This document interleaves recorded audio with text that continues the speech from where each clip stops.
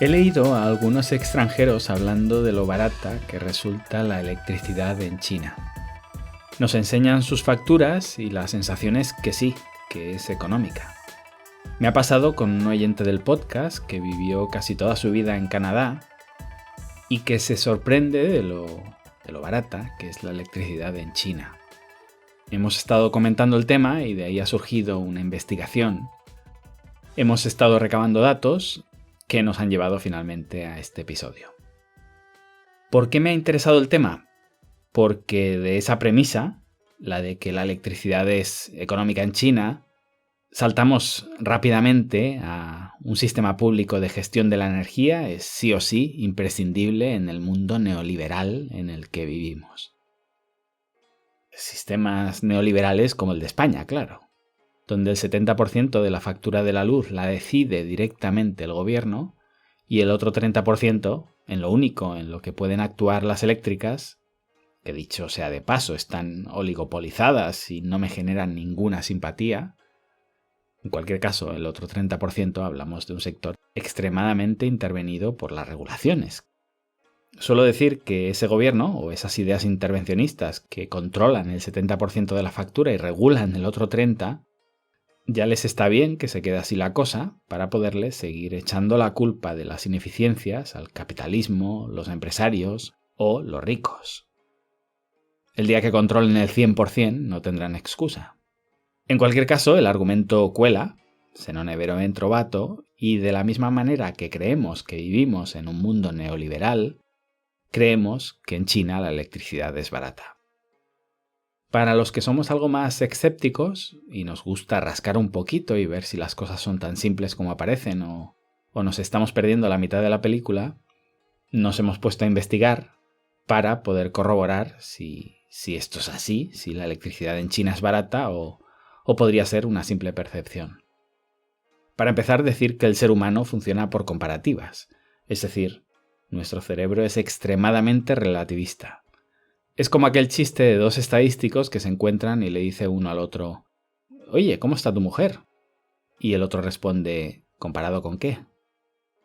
Bien, decir que algo es caro o barato lleva una carga subjetiva enorme. De hecho, es tan así que a la teoría dominante sobre la formación de precios la llamamos teoría del valor subjetivo. Es decir, algo vale lo que el público decide pagar por ello, no lo que cree el vendedor. Ni siquiera tiene que ver con la suma de las materias primas que lo componen o del trabajo realizado para conseguirlo, que era lo que defendían las tesis marxistas. No me quiero perder mucho en esto, aunque me apasiona, pero solo por dejarlo claro, para los que no conozcáis esta teoría, la del valor subjetivo, cuando hablamos de bienes y servicios, si su precio fuera, si estos valieran lo que se invierte en ellos a modo de coste, más un beneficio proporcional al vendedor, un cuadro mío valdría lo mismo que uno de Picasso, invirtiendo las mismas horas y las mismas materias primas. Está claro que hay un componente de valoración externo que nada tiene que ver con el escandallo de costes, sino con la apreciación del consumidor. Para muchas personas, un iPhone es un móvil barato, tanto que esperan en colas de varios días frente a la tienda para poder adquirir uno nuevo, aunque la versión anterior les funcione perfectamente y solo tenga unos pocos meses de vida. Para otras personas es carísimo. Si el precio de los productos no dependiera del valor subjetivo del comprador, un jugador de un equipo mediocre cobraría lo mismo que Messi, ya que ambos trabajan 90 minutos en cada jornada laboral. Alguno me dirá, bueno, pero es que el desempeño que hacen uno y otro no es igual. Bueno, quizá con Messi es más fácil notar la diferencia. Con dos jugadores medios sería más complicado, pero seguramente esta crítica la estará pensando alguien que no estaría nada de acuerdo con que dos oficiales de primera cobrarán diferente porque uno tenga mejor desempeño que el otro. Eso sería una tesis muy neoliberal, muy asociada al mérito y no a los convenios colectivos y todas estas regulaciones igualatorias que excitan tanto a los amantes del intervencionismo. El tema de la valoración subjetiva aplica fenomenalmente a las personas, a nosotros mismos. En mi empresa no me valoran. No, sí te valoran. No te valoran como te valoras tú. quizá te otorgan un valor inferior al que tú te autoimpondrías. Casi siempre hay un desfase entre lo que nosotros pensamos de nosotros mismos y lo que piensa el mercado. Nunca van a estar perfectamente alineados y habitualmente, salvo pesimistas, personas inseguras, síndrome del impostor, etc., ese desfase, a nuestro juicio, nos infravalora. Por eso la chica que nos gusta pasa de nosotros, pese a que objetivamente estamos aparentemente igual de bien equipados que el tipo que se la lleva. Por eso es tan importante, en el mundo en el que vivimos, servir bien a los demás, porque valemos lo que los demás deciden que valemos. Pero es que mi madre siempre dice que soy el más guapo, el más bueno y que tendrá mucha suerte la mujer que me encuentre. ¿Mi madre no es los demás? Efectivamente, tu madre es parte de los demás. Si todos pensaran como tu madre o ella comprara todo lo que tienes que vender, tu teoría funcionaría. Pero como no le intentas vender tu marca personal, tus horas de trabajo, tu amistad o tu amor a tu madre, vas a tener que lidiar con la valoración subjetiva de las personas a las que a priori no les importas lo más mínimo. Bien, volviendo al tema, si caro o barato son consideraciones subjetivas, ¿cómo intentamos buscar un punto de apoyo para entender si la electricidad en China es barata o no? Habitualmente, en economía se comparan datos con valores pasados. El desempleo ha subido, me lo invento, un 3%. Mal. Si el mes pasado tenía X y hoy tengo X más un 3%, significa que comparativamente voy a peor. Obviamente todo es manipulable, por eso cocinamos los datos. No, es que hay que desestacionalizarlo, ya que el desempleo de este mes es el de septiembre, termina el verano y se despide a mucha gente. Si te fijas, comparando con la serie histórica, es el mejor septiembre de siempre.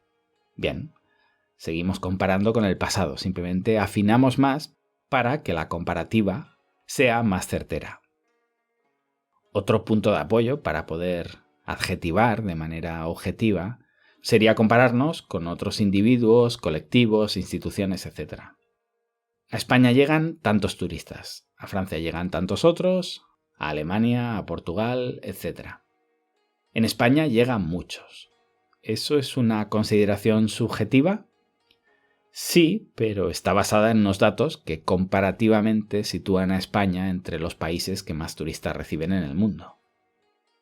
Cuando alguien dice que la electricidad en China es barata, entiendo que no está usando el primer sistema, primero porque habitualmente no es gente que haya vivido en China hace 10, 20, 30 o 40 años, y no creo que se hayan estudiado la serie histórica, la hayan ajustado por inflación, poder adquisitivo de cada momento, etc.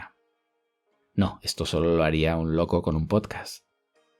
Lo que se suele hacer es una comparativa con otro lugar del planeta. Y habitualmente es el lugar del que venimos o en el que nacimos. Un consejo que suelo darle a los expatriados que me llevo para China a trabajar es que adjetivar en función de nuestro lugar de origen puede llevarnos a análisis erróneos. Las ciudades son grandes, los edificios son altos, el arroz es barato, los chinos no tienen sentido del humor, hay mucha contaminación, caminar solo de noche es muy seguro, conducen como locos, los chinos son entrañables, hay mucha corrupción. Parte de todas estas apreciaciones pueden ser certeras, pero tenemos un sesgo que nos puede llevar a error, ya que nuestro país no es el estándar de nada, es solamente una fuente de datos más. Bien, para evitar este sesgo, el de pensar que, por ejemplo, alguien que viene de Canadá y compra el kilovatio hora a un precio más económico en China que en Canadá, lo que hemos hecho es estudiarnos una serie de países, analizar su coste eléctrico y compararlo. Obviamente, igual que en el caso del desempleo de septiembre y la estacionalidad, existe un factor capital a tener en cuenta, que es el poder adquisitivo de los consumidores de ese kilovatio. Es decir, es bastante tramposo o por quitar el componente maldad, que sé que en muchos casos no aplica, es bastante ingenuo pensar que el chino medio cobra lo que cobra un expatriado. De hecho, sin contar que un expatriado viene a China con paquetes salariales que incluyen una infinidad de beneficios, es decir, un expatriado de cualquier país cobra de media muchísimo más que la media de su propio país, Ya digo, no teniendo en cuenta ni siquiera eso, solo comparando no a un expatriado canadiense en China, sino un canadiense de Canadá, el canadiense medio, cobra más de 4 veces más que el chino medio. Bien, pues esto es lo que vamos a comparar y antes de contaros los resultados del estudio que tampoco es que hayamos hecho una tesis, al final nos ha dado una tabla, pero sí que quería hacer algunas salvedades. Primero, no es lo mismo ingresos medios que renta per cápita. Si alguien quiere saber la diferencia, puede buscarlo o hacerse patrono. Y le explico las diferencias y por qué desconfío de las mediciones de PIB o PBI per cápita en un país como China. Hemos tomado la estadística de ingresos medios, que sin ser ninguna maravilla, a mi juicio se acerca un poquito más a la realidad. Punto 2. Por otro lado, cuando hablamos de términos medios, términos per cápita, siempre aplica aquella máxima de George Bernard Shaw, que decía que la estadística demuestra que si mi vecino tiene 2 coches y yo no tengo ninguno, los dos tenemos uno.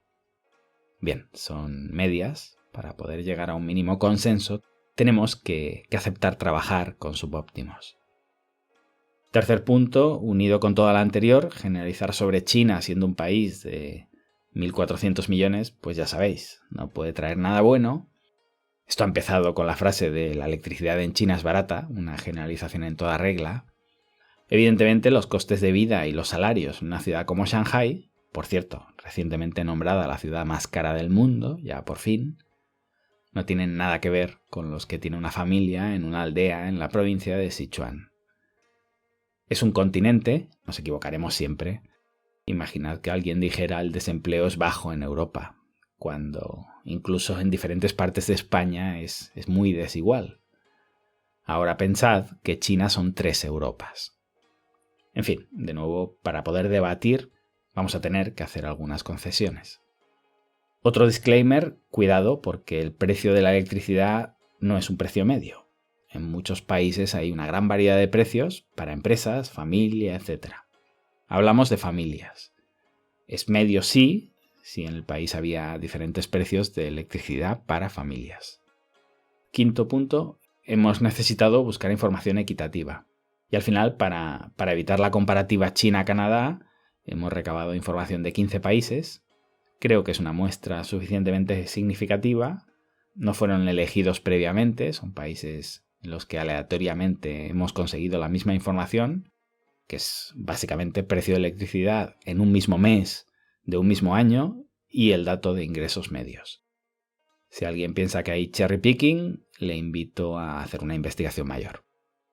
Sexto punto, el dato de junio no es neutral. Esto lo complica todo. En el hemisferio norte comienza el verano y en el hemisferio sur el invierno.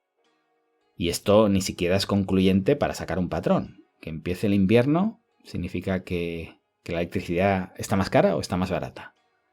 Bueno, pues puede significar que el precio de la electricidad sube porque hay más consumo o baja porque algunos gobiernos socialistas intentan subsidiar la electricidad en los periodos que más frío hace para que nadie renuncie a ella.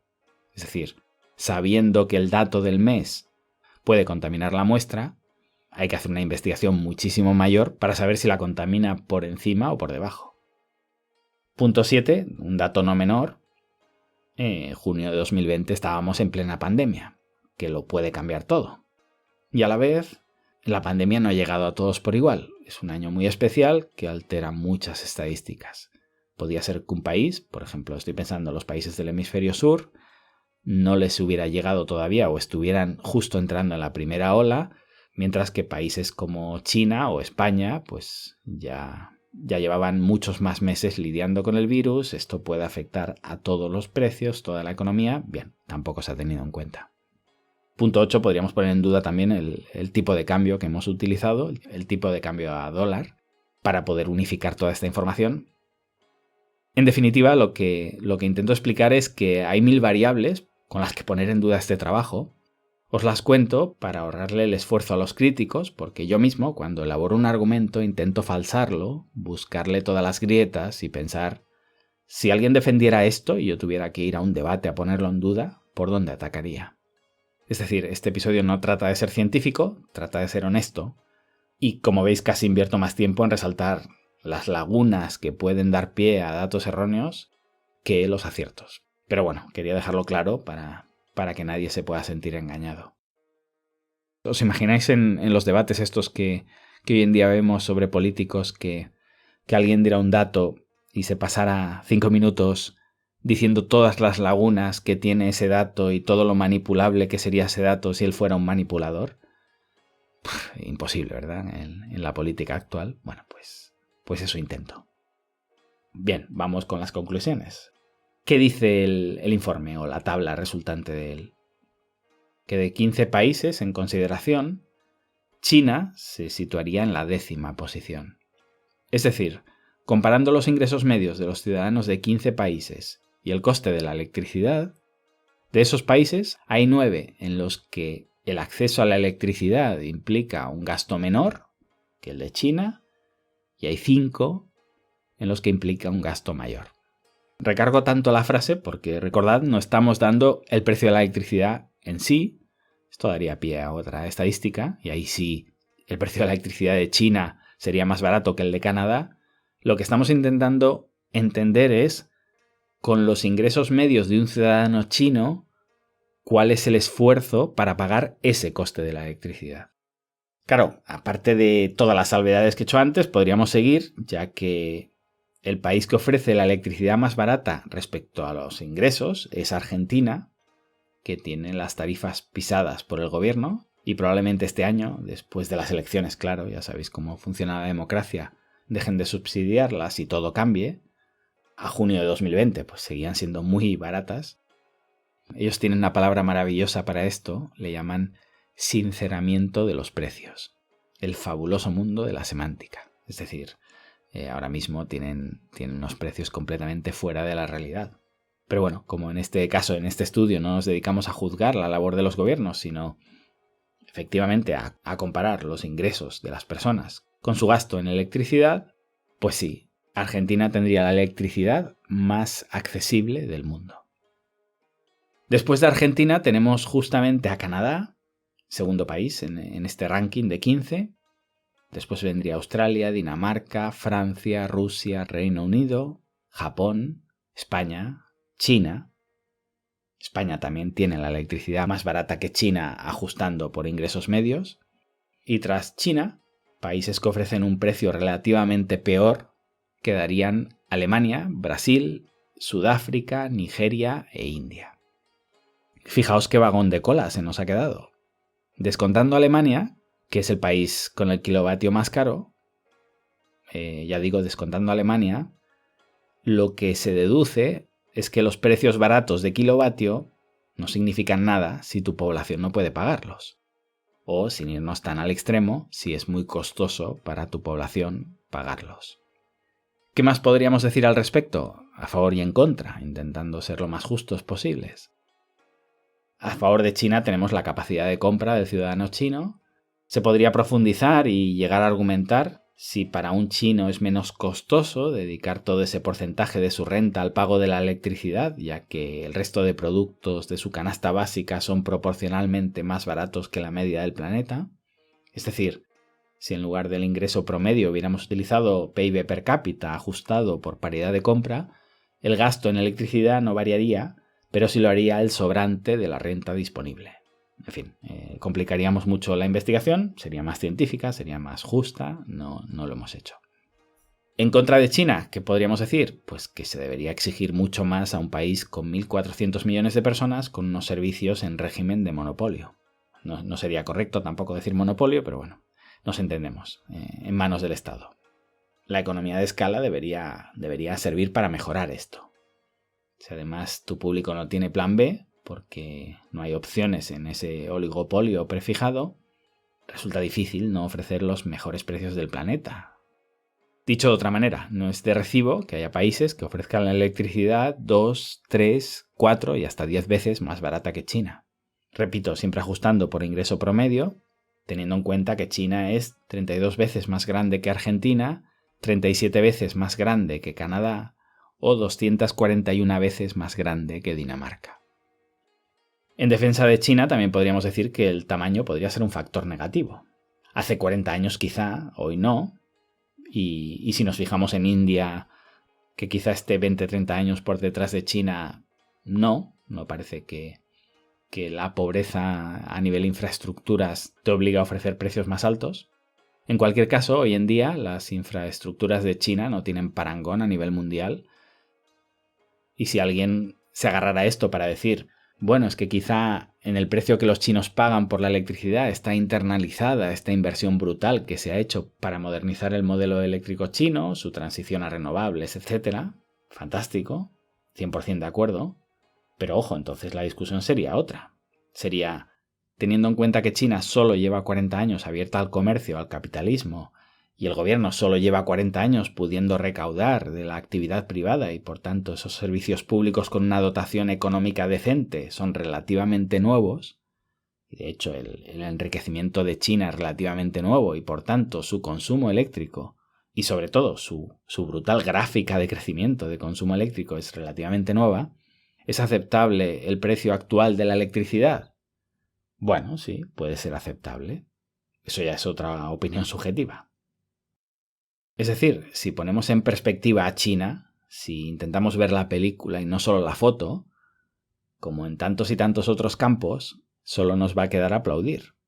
Pero de ahí a decir, tomando solo la foto, que la electricidad de China es barata, no es barata. Aislando el dato del precio de la electricidad en función a los ingresos medios, de hecho, es cara.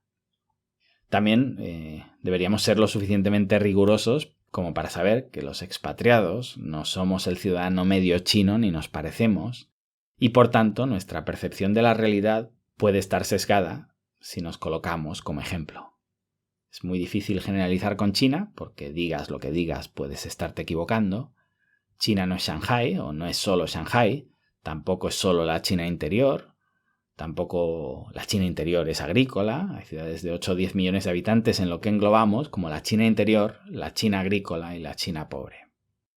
Es disculpable que cometamos errores al generalizar, porque si no, no podríamos hablar de China, pero decir que la electricidad en China es barata comparativamente con otros lugares es faltar a la verdad, al menos con los datos que hemos podido recabar. Si alguien me ofrece otros, estaré encantado de revisarlos. Estoy permanentemente dispuesto a ser convencido y a cambiar de opinión. Eso sí, de ese debate, el de que en China la electricidad es barata y por tanto lo público funciona y en mi país todo debería ser público, primero, aunque la electricidad fuera comparativamente más barata en China, esta sería una falacia non sequitur en toda regla, ya que podría deberse a otros factores como la economía de escala y otros que hemos mencionado.